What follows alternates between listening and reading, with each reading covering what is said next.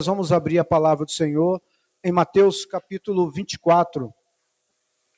Mateus capítulo 24, versículo 42 e 44. Mateus 24, 42, 44. Hoje, amados, nós vamos meditar na palavra do Senhor sobre a questão de estarmos preparados para a volta de Cristo, a necessidade da igreja não dormir, a igreja não está adormecida, está vigilante, está atenta. A palavra do Senhor diz assim: vigiai, pois, porque não sabeis a que hora há de vir o vosso Senhor. Deixa eu ver se é a mesma tradução que está aqui. Deixa eu ler aqui que facilita o entendimento, né? Portanto, vigiem, porque vocês não sabem em que dia virá o Senhor de vocês. Porém, considerem isto: se o pai de família soubesse a que hora viria o ladrão, vigiaria e não deixaria que a sua casa fosse arrombada. Por isso, estejam também vocês preparados, porque o Filho do Homem virá a hora em que vocês menos esperam. Senhor, nós lemos a Tua palavra e eu peço, Senhor, sabedoria do alto, que o coração de cada pessoa, de cada ouvinte, Senhor Deus, esteja aberto para ouvir a Tua palavra e que nós possamos refletir da seriedade de tudo aquilo que o Senhor tem falado conosco neste lugar e a seriedade, principalmente a seriedade de tudo aquilo que está escrito na Tua palavra. Nós clamamos a Ti, fala conosco, ó Deus, em nome de Jesus. Você pode dizer amém? Amém. Amados, nós queremos falar sobre estarmos preparados para a volta de Cristo, para que nós não sejamos uma igreja sonolenta, sejamos uma igreja que esteja atenta a tudo aquilo que Jesus nos advertiu. Nós precisamos entender que a Bíblia, em momento nenhum, bota na agenda o dia e a hora da volta do Senhor. Mas ela afirma categoricamente que Jesus Cristo voltará. Ainda nós temos uma geração que acredita nisso, que Jesus voltará. Quem acredita que Jesus voltará? Se você acredita na Bíblia, você tem que acreditar que Jesus vai voltar. Isso aí é fato. Mas eu quero te dizer, inicialmente, que o relógio de Deus ele não está atrasado. Existem pessoas que trazem... Quem nunca aqui ouviu o seguinte comentário? Mas os pastores, né, a igreja... O povo fica falando que Jesus vai voltar, mas eu ouço isso desde quando eu era criancinha. A minha avózinha já falava sobre isso. Alguém já ouviu alguma expressão semelhante a essa? Eu ouço desde que eu era criança. Porque, na verdade, a questão de afirmar que Jesus vai voltar, irmãos, isso já foi falado aproximadamente 2000 anos atrás, porque o próprio Jesus ele afirmou isso. Então, muito mais antigo que a sua avó, né, do que o tempo que a sua avó viveu, é o que a palavra de Deus afirma. Mas a questão é, aquilo que foi escrito era para que nós pudéssemos estar vigilantes, aguardando. E nós vimos mais um texto e veremos outros que nos advertem quanto a isso. Eu quero te dizer que o relógio de Deus não se atrasou, o relógio do Senhor não está atrasado. Mas pastor, por que tantas décadas, tantos séculos passaram e Jesus ainda não voltou? Então vamos meditar sobre isso. Mas eu quero fazer uma advertência para o seu coração. Nós estamos vivendo um tempo em que a igreja moderna, a igreja da nossa geração, e quando eu falo a igreja, eu não estou falando dessa igreja, estou falando da igreja de modo geral, espalhada por todos os lugares da terra. Nós estamos vivendo um tempo em que as pessoas estão tendo uma vida razoavelmente confortável. Uma vida em que, se formos comparar com a igreja primitiva, a nossa vida ela é muito mais fácil. Porque a igreja primitiva, eles necessitavam, eles tinham dificuldade com relação à liberdade para pregar o evangelho, eles não tinham recursos, eles não tinham tecnologia. Quando eles iam evangelizar, eles precisavam ir a pé, porque era muito caro, nem todos tinham um meio de condução, um cavalo, por exemplo. Mas hoje, irmãos, com os financiamentos, hoje com as facilidades, né? Hoje a gente consegue algumas facilidades para servir ao Senhor. Só que essas facilidades, e nós que vivemos aqui na região sudeste também, temos, né, uma certa facilidade, um certo poder aquisitivo. Eu não estou falando, irmão, que nós somos ricos. Eu estou falando que existem partes do Brasil que são carentes. Existem países e outros lugares, né, que têm uma dificuldade muito grande. Mas hoje nós vemos que a igreja ela tem se acomodado, porque dentro de um certo conforto. A igreja está confortável, a igreja prosperou. E isso, irmãos, está fazendo com que a igreja esteja envolvida em muitas distrações. E esse é um grande perigo para a nossa vida. Esse é um grande perigo. E a Bíblia nos adverte o tempo todo. Você nunca vai ver na Bíblia Jesus falando bem assim: ei, meus amados, fiquem tranquilos. Não esquenta a cabeça de vocês, não. Pode viver a tua vida, vai trabalhar, vai para o lazer, sabe? Vai almoçar com a família, tudo isso. Eu falei alguma coisa ruim aqui, irmãos? Eu dei algum exemplo ruim? Almoçar com a família é ruim? Ir para o lazer é ruim? Você ter um emprego é ruim? Então, eu quero que você entenda nessa noite que as distrações, as coisas que podem estar nos envolvendo e nos tirando, roubando de nós essa certeza, essa convicção, ou muitas vezes não é que a gente não acredita, mas é porque a gente está tão envolvido com tantas coisas que a gente pode estar se distraindo, enquanto o nosso rei, aquele a que nós acabamos de adorar, aquele a que nós servimos, aquele que cuida e zela por nós, ele nos adverte: vigiai, porque vocês não sabem o dia nem a hora. Ele sempre diz: eis que venho sem demora, eis que venho cedo. Cada vez que Jesus fala da sua volta, ele usa uma expressão que nos leva a crer, que nos dá o entendimento de que pode ser a qualquer momento. E como nós não sabemos o dia e nem a hora, o que cabe a nós? Qual é a nossa responsabilidade? Nós estarmos atentos, atentos aos sinais. Então, amados, a gente precisa entender que esse mundo não é a nossa casa. Você entende isso? Este mundo não é a sua casa. Não tem problema nenhum você trabalhar, não tem problema nenhum você conhecer as belezas que Deus criou. Que bom, que bênção. Se você puder, leva o pastor e a pastora. Você vai para uma pousada, você vai para as montanhas, amamos ir para as montanhas. Você tem Deus vai te abençoar com uma casa nas montanhas, amém? Você vai convidar a gente, leva a igreja também, compra um lugar bem amplo assim, leva todo mundo, amém? Que você possa usufruir, mas nunca perca no seu coração o entendimento de que esse mundo não é a sua casa. O que você construir aqui, o que você comprar aqui, aqui vai ficar. E a única coisa, irmãos, que vai definir a sua eternidade não é as coisas que você tem, é quem tem você, a quem você pertence realmente. A quem você pertence? Você pertence ao mundo? Você pertence a você mesmo, a sua vontade, ao seu rei? Ou você está lutando contra a sua carne para servir ao Rei dos Reis? Ou você entendeu o que Jesus quer dizer quando ele diz: venha o teu reino e faça-se a tua vontade? Porque é isso que vai dizer, irmãos, onde é que você vai passar a eternidade. Nessa manhã, o Senhor falou conosco de uma forma muito clara sobre a questão da eternidade. Eu não vou repetir a pregação, mas nós precisamos entender que nós fomos criados para a eternidade. Você pode me ajudar repetindo isso? Diga assim: eu fui criado para a eternidade. Então, a questão é que Jesus, ele nos ensinou que na eternidade, para a eternidade, há dois caminhos. E um caminho vai levar à vida eterna e outro vai levar à perdição eterna.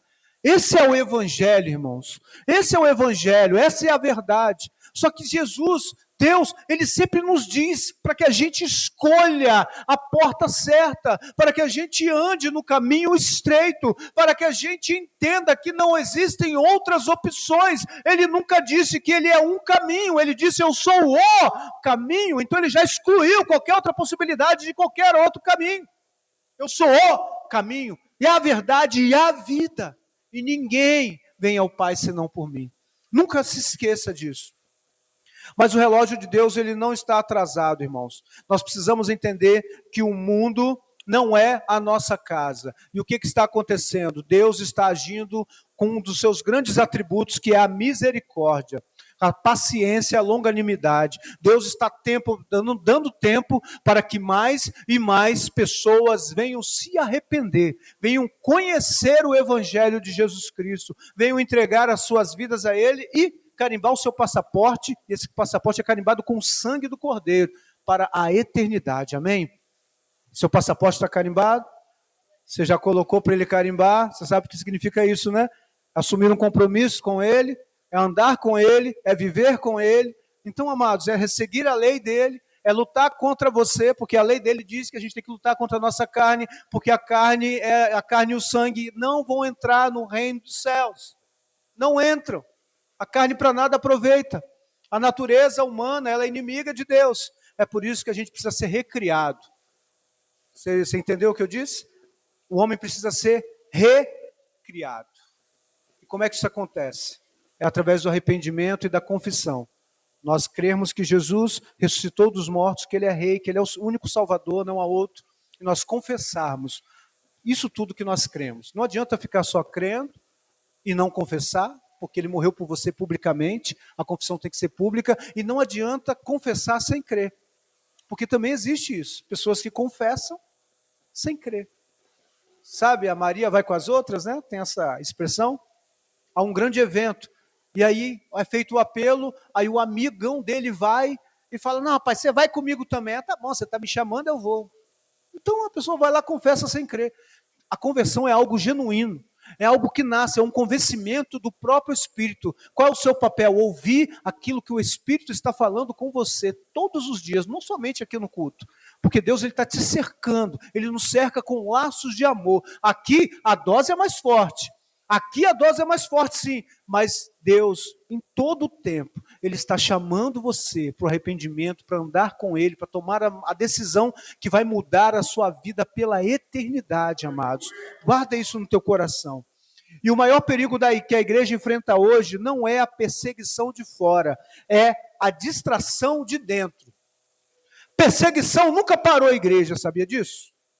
Desde quando Jesus fundou a igreja, existe perseguição, pessoas são mortas, pessoas são presas, pessoas são espancadas, são apedrejadas, né? Os discípulos mesmo, os apóstolos, eles tiveram, né? Alguns tiveram a cabeça decepada, outros morreram para apedrejamento, morreram ao fio da espada. Então, a perseguição sempre houve, a perseguição nunca parou a igreja, pelo contrário.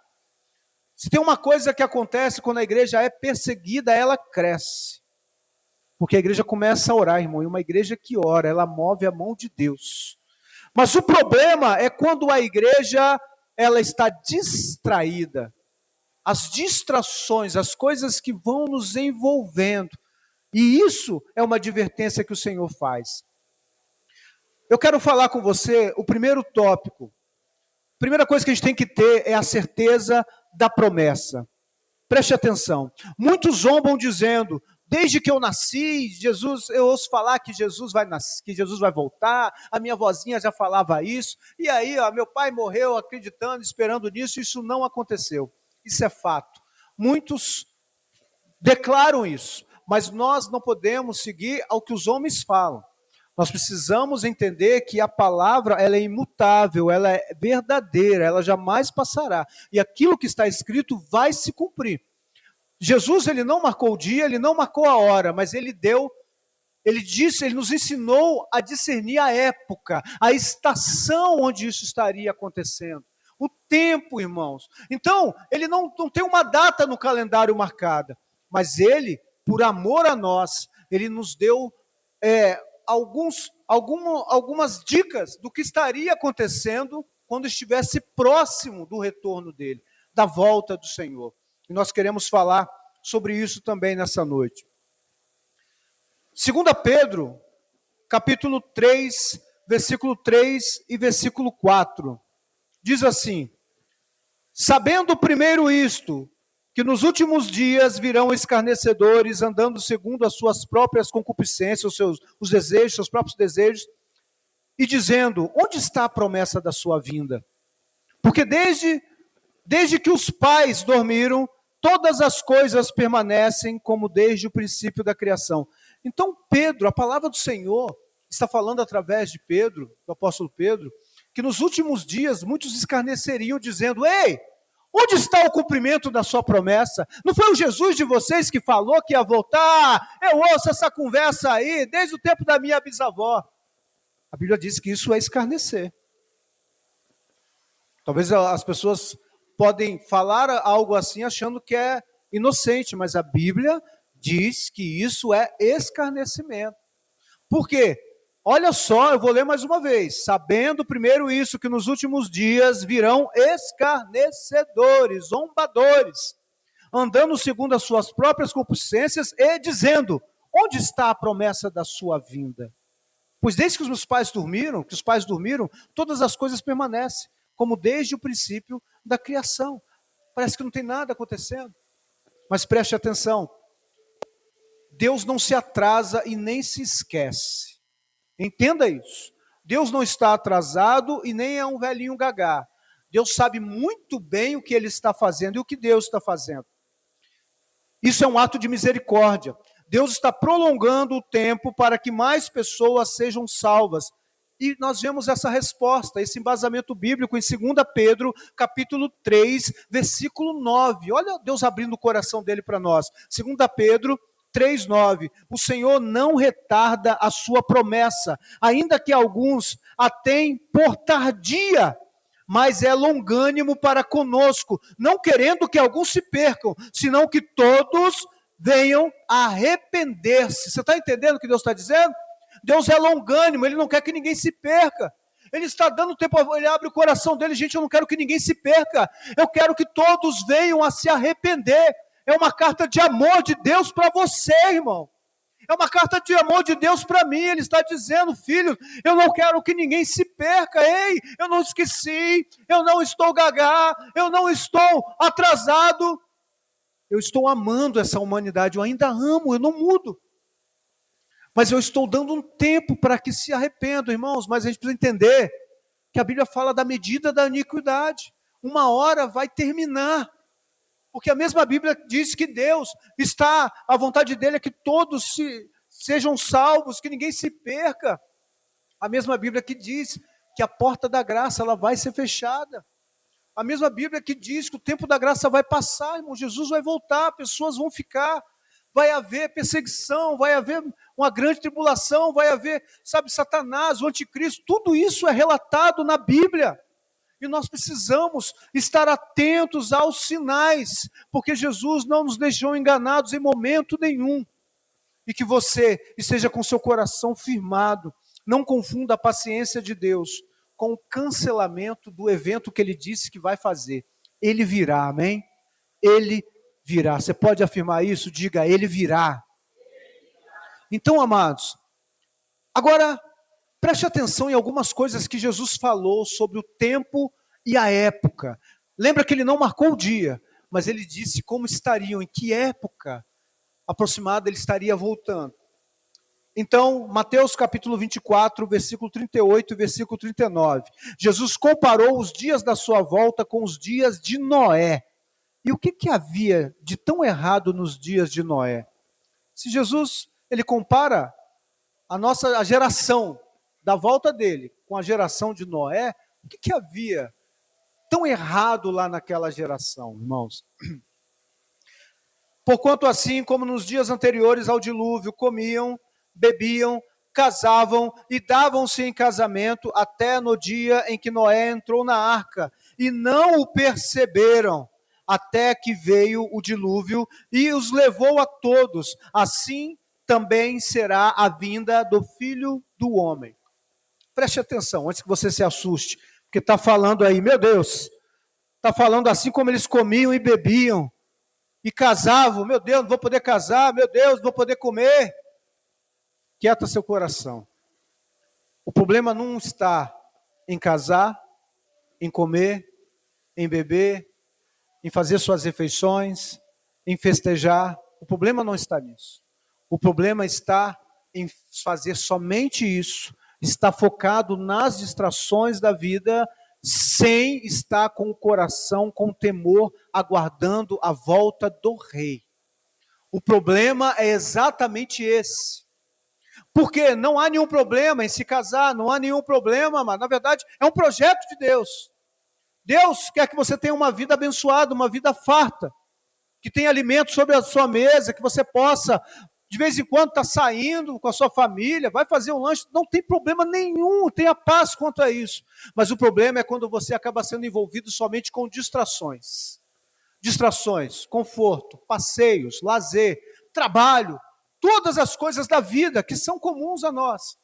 Então, a palavra do Senhor está nos advertindo que cada um no tempo de Noé fazia aquilo que achava melhor. E a Bíblia nos adverte quanto a isso. Nenhum de nós foi chamado para fazer o que achamos que é melhor. Nós somos chamados para fazer a vontade de Deus. Nós somos chamados para viver de modo bíblico, de acordo com a palavra de Deus. Mas também, irmãos, fica na paz.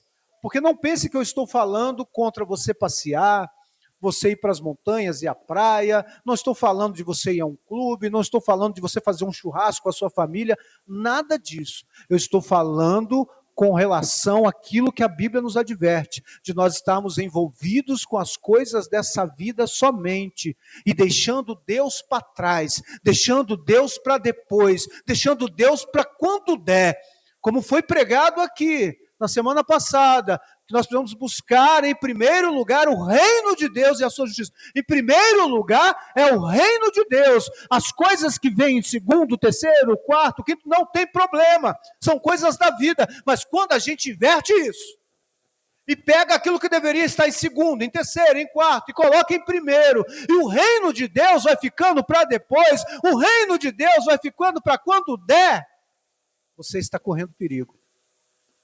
Você está se comportando da mesma forma que a geração de Noé.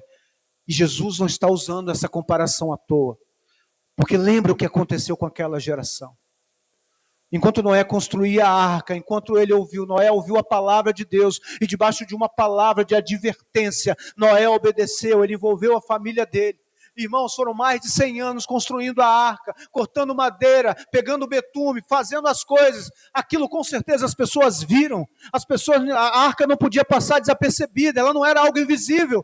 Noé, o que você está fazendo? Não, é porque Deus disse que o dilúvio virá, as águas virão. Para de ser mané, Noé, vamos curtir, vamos embora, vamos para a praia. Então, Noé focado no projeto de Deus, debaixo da palavra de Deus, porque ele temia, ele seguia o reino de Deus, ele ouvia a voz do rei, e a população e a sua geração queria fazer o quê?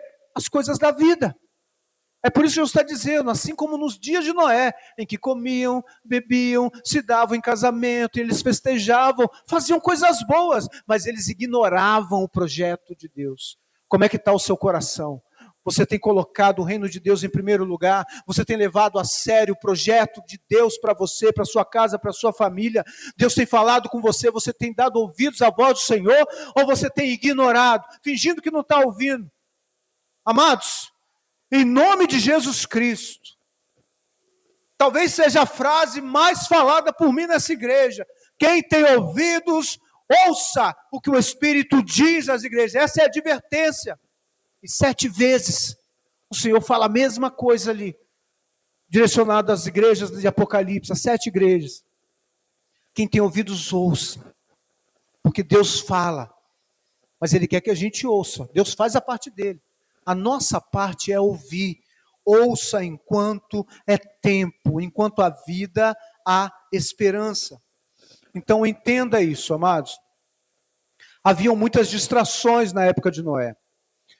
A questão é que eles ignoraram a palavra, eles ignoraram o juízo. O problema é que eles viviam exclusivamente para isso, para comer, para beber, para se casar, para passear, para viver as coisas da vida. Isso é horrível, irmãos, porque isso é um abandono de Deus, isso é ignorar a palavra de Deus, isso é não priorizar, não valorizar a presença mais santa que alguém pode ter na sua vida, amados. Deus ele é o que nós temos de mais precioso, irmãos. O próprio Jesus, ele conta a parábola da pérola de grande valor, que um comerciante, ele vende tudo. Ele era um comerciante, ele sabia o valor de uma pérola. Ele sabia o valor, e ele encontra uma pérola de grande valor. Então a falta de entendimento está fazendo com que as pessoas não abram mão dos seus prazeres, não abram mão das suas vontades, não abram mão das coisas da vida, porque elas não entenderam a riqueza e a preciosidade que é a presença de Deus. Quem é Jesus? Quem é Jesus, irmãos? Você entenda que Jesus, ele é tão precioso, tão valioso, que nós estaríamos até errados se nós quiséssemos seguir Jesus por medo de ir para o inferno. Até isso é errado, seguir Jesus porque eu tenho medo de ir para o inferno. Então você não entendeu a preciosidade. Nós não devemos seguir Jesus por medo de ir para o inferno, nós devemos seguir ao Senhor por reconhecer o valor que Ele tem, a preciosidade que Ele é. Como é maravilhoso, irmãos. Irmãos, quando você chegar no céu, se a sua motivação, em primeiro lugar, não for ver Jesus, você não entendeu o que é a pérola de grande valor. Então entenda, esse entendimento para você chegar lá, tem que começar agora, ei. As coisas vão acontecer no seu tempo, não tenta apressar não. Que a sua força seja para estar na presença, estar escondido em Deus. Deixa que Deus vai tomar conta de tudo, busca em primeiro lugar o reino. Todas as demais coisas vão ser acrescentadas, vão se encaixar, mas há tempo para todas as coisas. Busca primeiro o reino. As bênçãos vão te alcançar. Não queira usar a força do seu braço. Você não vai ser feliz se fizer isso. Hoje o diabo não precisa fazer você cometer pecados escandalosos para roubar a sua salvação. Ele só precisa te manter ocupado demais para que você venha esfriar. E você vai esfriando, e aí você às vezes não quer ir no culto, e você começa a colocar desculpas para não vir ao culto. Isso já aconteceu comigo, irmãos. Isso já aconteceu comigo no começo da minha caminhada, em que eu, como um novo convertido, era a pessoa que ia em todos os cultos, a gente tinha aberto uma outra igreja, né, com o pastor, estava um dia num lugar, no outro dia no outro, dia no lugar, no dia no outro, mas aí eu comecei a trabalhar e a porta de emprego se abriu para mim, aquilo que eu tanto queria, 1 ano e meio desempregado. Estou contando de uma forma resumida, que vocês já ouviram algumas vezes, mas o que eu quero enfatizar nessa noite? Que aí, quando eu comecei a trabalhar, eu fui esfriando. Eu estava acostumado a viver somente do culto. Não tinha uma vida de oração, não tinha leitura da palavra, não buscava relacionamento com Deus na minha casa. Isso é um perigo para nós. Porque aqui, por exemplo, temos a célula na terça-feira, temos o culto na quarta, temos a oração na sexta e temos o domingo, né? E aí, a segunda-feira, se a gente não busca? Se a gente não busca na quinta-feira? Se a gente não busca no sábado? Se a gente ficar envolvido com distrações, a gente pode se tornar presa fácil. Ainda que não tenha o culto aqui congregacional, porque a palavra do Senhor diz que a gente não pode deixar de congregar. Isso é projeto de Deus, igreja é projeto de Deus, mas nós precisamos estar buscando a presença do Senhor na nossa casa. Fecha o quarto, fecha a porta do teu quarto. O Pai que te vê em secreto, Ele vai te ouvir, Ele vai responder, mas é necessário buscar, é necessário pagar o preço, irmãos. Preste atenção, amados, numa citação de C.S. Lewis, ela é muito forte. Diz assim: o maior triunfo de Satanás não é nos convencer de que não há céu ou não há inferno, mas nos convencer de que há tempo de sobra em nossa vida. Então esse é o maior ato de Satanás, porque para muitos ele tenta convencer: o céu não existe não, isso aí é invenção, o inferno não existe. E tem pessoas que acreditam em Satanás e não dão crédito à palavra de Deus, que fala de céu e inferno. Mas tem gente que acaba, né, desacreditando disso. Mas o grande fato, a grande sacada do inimigo não é nos convencer que não existe céu ou inferno, é nos convencer de que há tempo de sobra. E olha como a humanidade vive. A humanidade vive como se soubesse o dia em que vai morrer, e nenhum de nós sabe. A humanidade vive como se soubesse o dia em que Jesus vai voltar, e nenhum de nós sabe. Então a questão desse conforto baseado no tempo em que nós fazemos nossas escolhas, não, deixa eu curtir a vida um pouco mais, deixa, quando eu estiver envelhecendo, ou daqui a uns 10 anos, eu ainda vou poder servir bem a Jesus, está tudo bem, não, deixa eu aproveitar a vida agora em que eu sou jovem, deixa eu aproveitar a vida agora em que eu tenho saúde, né? Não importa. Irmãos, nós não sabemos o dia em que vamos partir.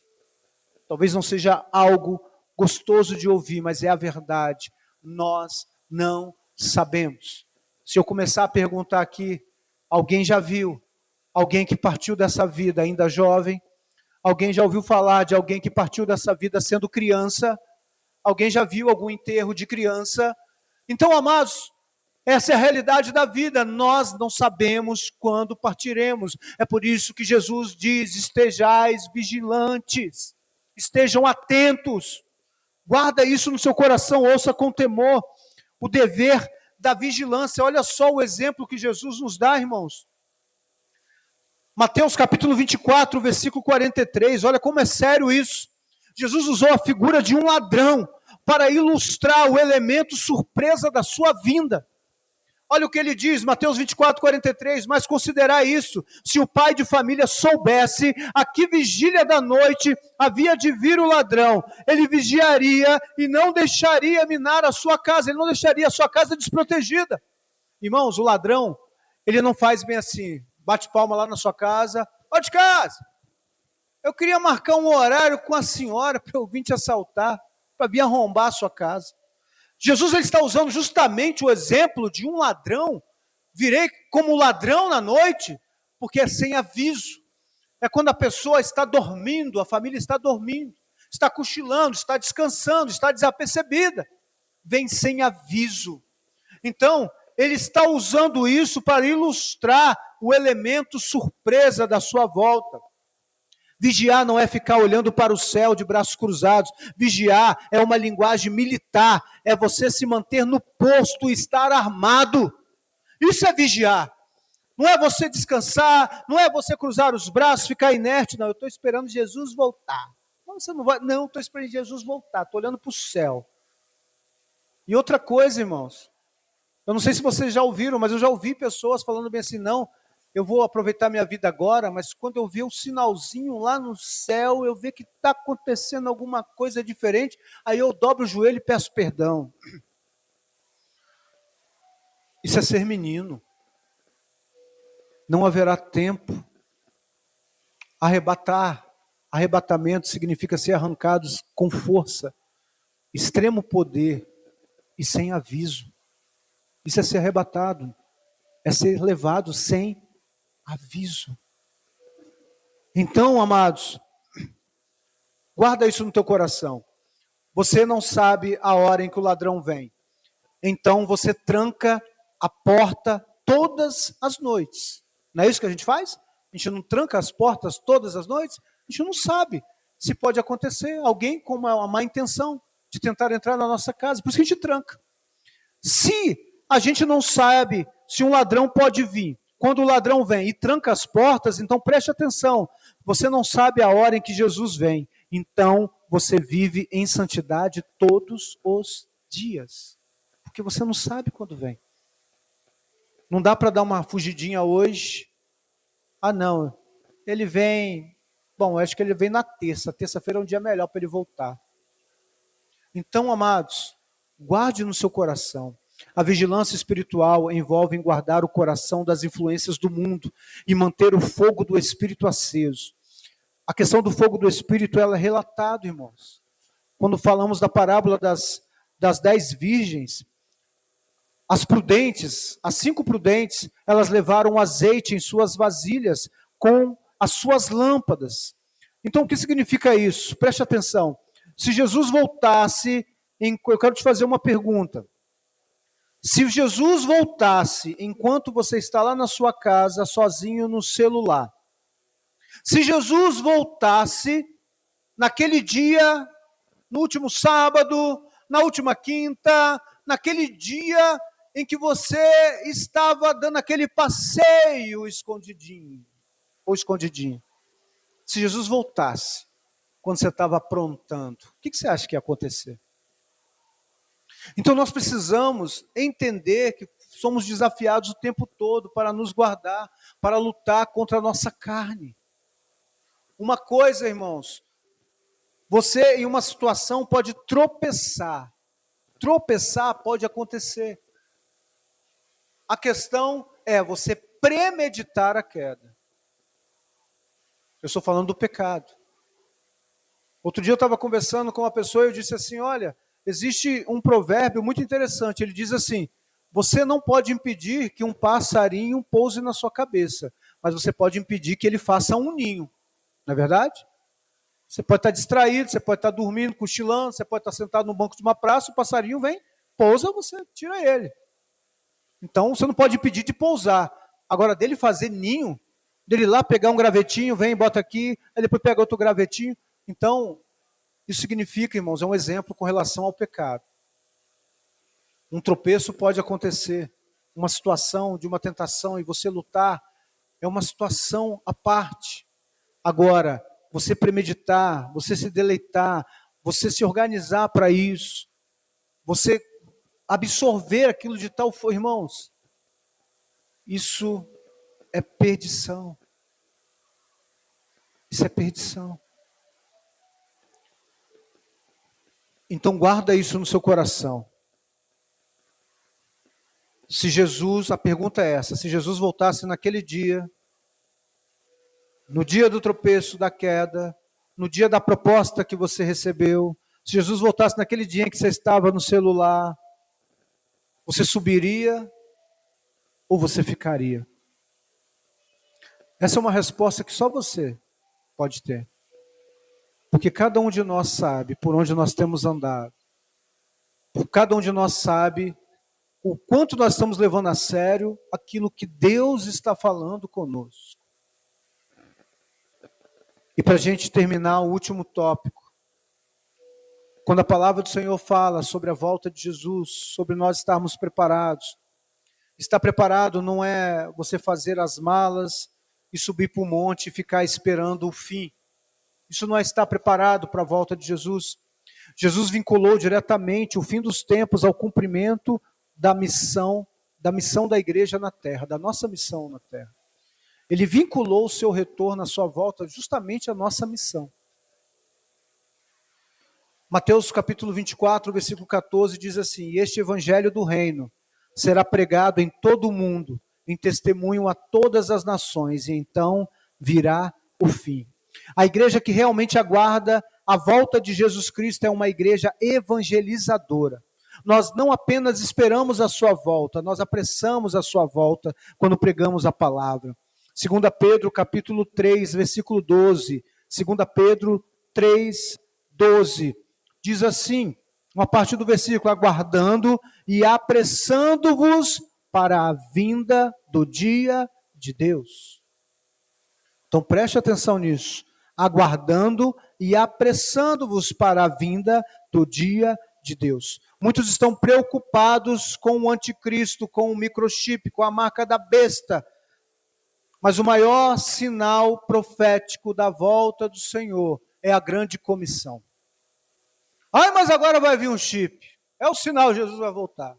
Ah, mas agora as nações estão se unindo. Tudo isso são sinais. Terremoto, guerra, fome, guerra, rumor de guerra, epidemia, já está, né?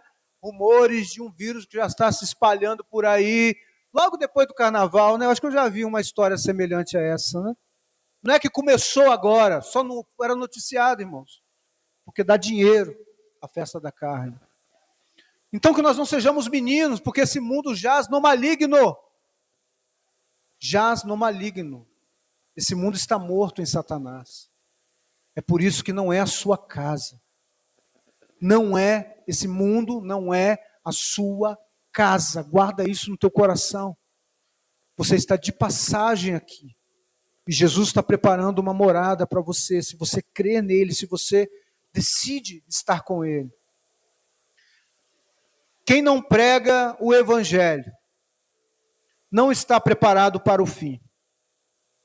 Se você realmente quer que o rei volte, e aí a gente vê corações divididos muitas vezes quando falamos disso, né? Porque a palavra do Senhor diz, o Espírito e a noiva dizem vem. A noiva é a igreja é o povo, a igreja somos nós. Então a palavra nos dá a direção de que a noiva tem que desejar o encontro com o noivo.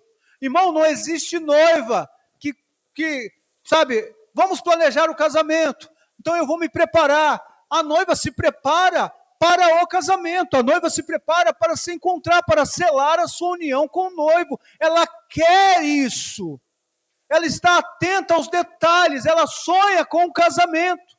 E a Bíblia nos chama de noiva de Cristo, porque está dizendo, nós precisamos desejar esse encontro, nos preparar para esse encontro.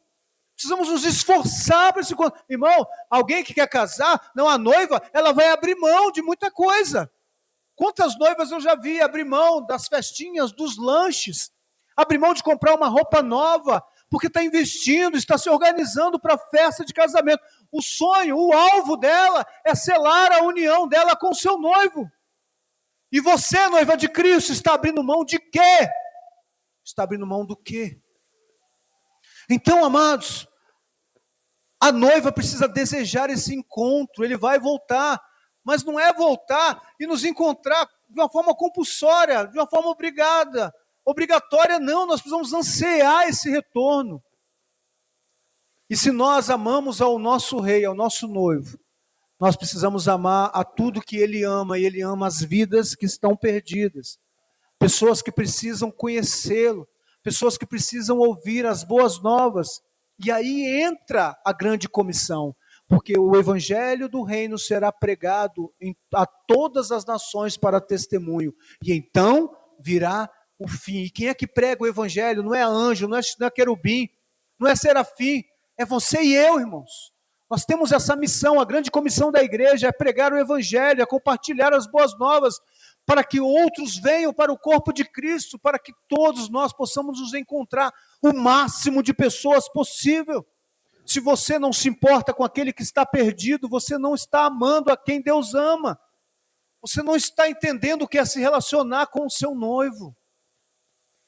O noivo, ele sonha com os detalhes, juntamente com a noiva, ele quer a noiva alegre, a noiva quer um noivo alegre, é um momento dos dois, o casamento.